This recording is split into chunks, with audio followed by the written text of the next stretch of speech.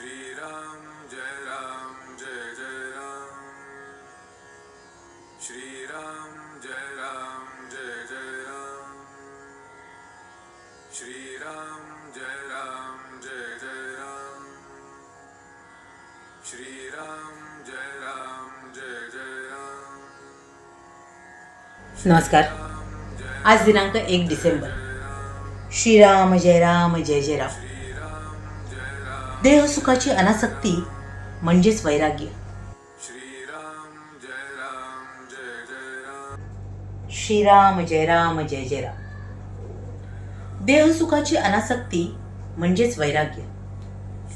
भगवंत असण्याची जी स्थिती तिचे नाव भक्ती आणि हा सर्व विस्तार माझा नाही या बुद्धीने राहणे याचे नाव वैराग्य।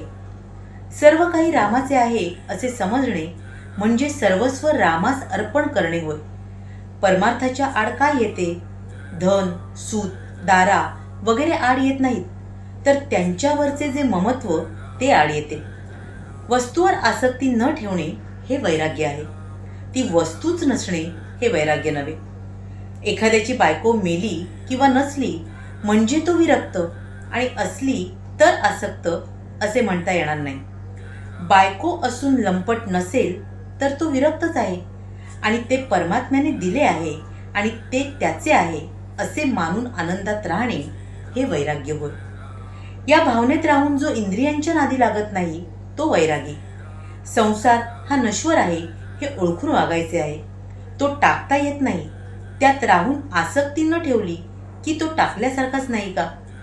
फळाची आशा न करता सत्कार्य करणे हे भक्तीचे लक्षण आहे आणि कर्तव्याच्या आड येणारी प्रत्येक गोष्ट बाजूला सारणे हे वैराग्याचे लक्षण आहे। आसक्ती न ठेवता कर्तव्याच्या गोष्टी करणे ही तपश्चर्या होय। देह सुखाची अनासक्ती किंवा हवे नको पण टाकणे म्हणजेच वैराग्य। खरोखर विचार करा, प्रपंचात मनासारख्या गोष्टी कुठे मिळतात? त्या मिळणे न मिळणे आपल्या हातातच नसते। अमुक हवे अथवा नको असे कशाला म्हणावे? असे न म्हणता रामाचेच होऊन राहावे म्हणजे झाले। जो रामाजवळ विषय मागतो त्याला रामापेक्षा त्या विषयाचेच प्रेम जास्त आहे असे सिद्ध होते। विषय बाधक नाही, पण विषयासक्ती बाधक आहे। भगवंताला प्रसन्न करून घेऊन नाशिवंत वस्तू मागितली तर काय उपयोग? नामावर प्रल्हादाने जशी निष्ठा ठेवली तशी आपण ठेवावी। त्याने नाम श्रद्धेने घेतले आणि निर्विषय होण्याकरता घेतले। आपण ते विषयासाठी घेऊ नये। जगातले सर्व लोक सुखासाठी प्रयत्न करीत आहेत। शास्त्रांचे पुष्कळ संशोधन होऊन इतकी सुधारणा झाली, त्यामुळे देहसुख पुष्कळ वाढले, पण मानव सुखी नाही झाला। आजारी माणसाचा ताप जोपर्यंत निघत नाही तोपर्यंत त्याचा रोग बरा झाला नाही। त्याचप्रमाणे मानव सुखी झाला नाही तोपर्यंत खरी सुधारणा झाली नाही असे समजावे। सध्या जगाला सुधारण्याचा आणि जगावर उपकार करण्याचा काळ राहिलेला नाही। प्रत्येकाने आपल्याला तेवढे सांभाळावे। यासाठी भगवंताचे अनुसंधान चुकू देऊ नये, मग धोका नाही। सगळ्यांनी असा निश्चय करा की भगवंताच्या नामापरत्या गोष्टी ऐकायच्या नाहीत। जे मिळेल त्यात समाधान मानायला शिका।